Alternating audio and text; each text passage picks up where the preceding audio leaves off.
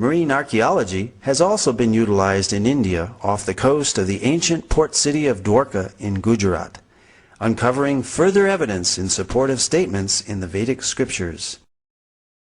An entire submerged city at Dwarka, the ancient port city of Lord Krishna, with its massive fort walls, piers, wharves, and jetty, has been found in the ocean as described in the Mahabharata and other Vedic literatures. This Sanskrit verse from the Moshila Parva of the Mahabharata describes the disappearance of the city of Dwarka into the sea. After all the people had set out, the ocean flooded Dwarka, which still teemed with wealth of every kind.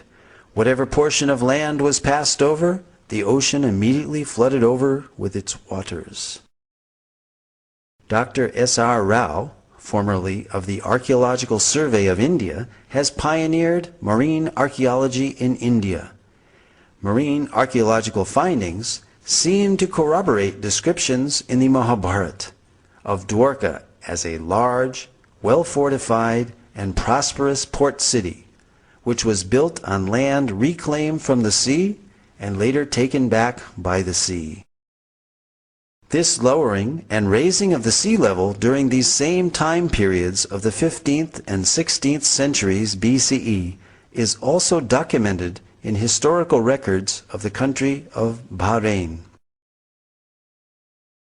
Here is a glimpse of the massive Dwarka city wall. Among the extensive underwater discoveries were a large door socket and a bastion from the fort wall. 2 rock-cut slipways of varying width extending from the beach to the intertidal zone, a natural harbor, as well as a number of olden stone ship anchors were discovered, attesting to Dwarka being an ancient port city.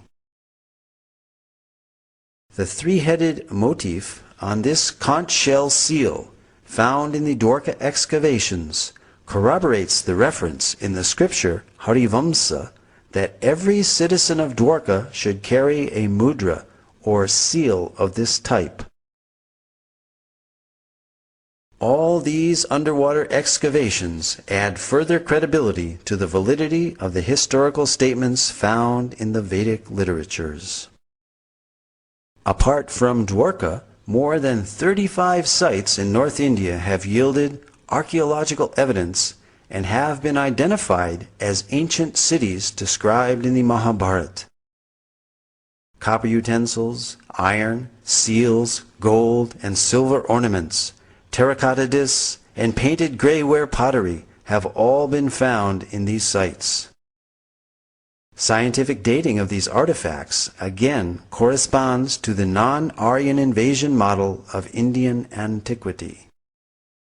Furthermore, the Matsya and Vayu Puranas describe great flooding which destroyed the capital city of Hastinapur, forcing its inhabitants to relocate in Kaushambi.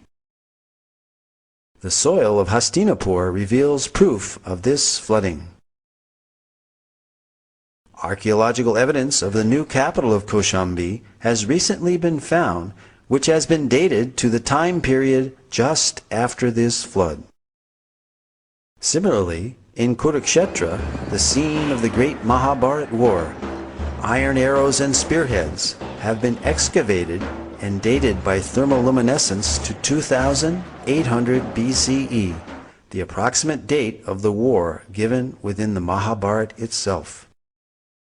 The Mahabharata also describes 3 cities given to the Pandavas, the heroes of the Mahabharata, after their exile: Paniprastha, Sonaprastha, and Indraprastha, which is Delhi's Puranakela.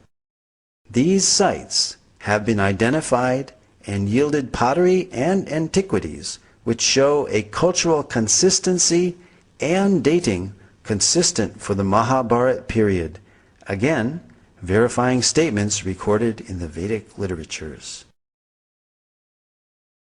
Although early Indologists in their missionary zeal widely vilified the Vedas as primitive mythology, Many of the world's greatest thinkers admired the Vedas as great repositories of advanced knowledge and high thinking.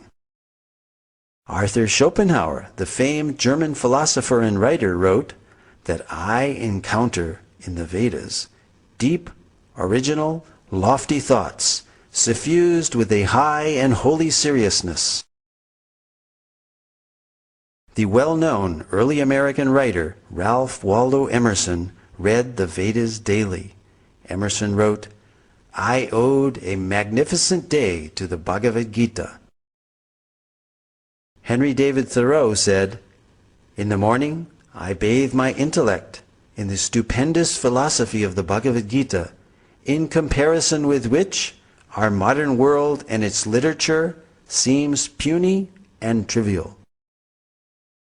So great were Emerson and Thoreau's appreciation of Vedantic literatures that they became known as the American Transcendentalists. Their writings contain many thoughts from Vedic philosophy. Other famous personalities who spoke of the greatness of the Vedas were Alfred North Whitehead, British mathematician, logician, and philosopher, who stated that Vedanta is the most impressive metaphysics the human mind has conceived. Julius Robert Oppenheimer, the principal developer of the atomic bomb, stated that the Vedas are the greatest privilege of this century. During the explosion of the first atomic bomb, Oppenheimer quoted several Bhagavad Gita verses from the 11th chapter, such as, Death I am, cause of destruction of the worlds.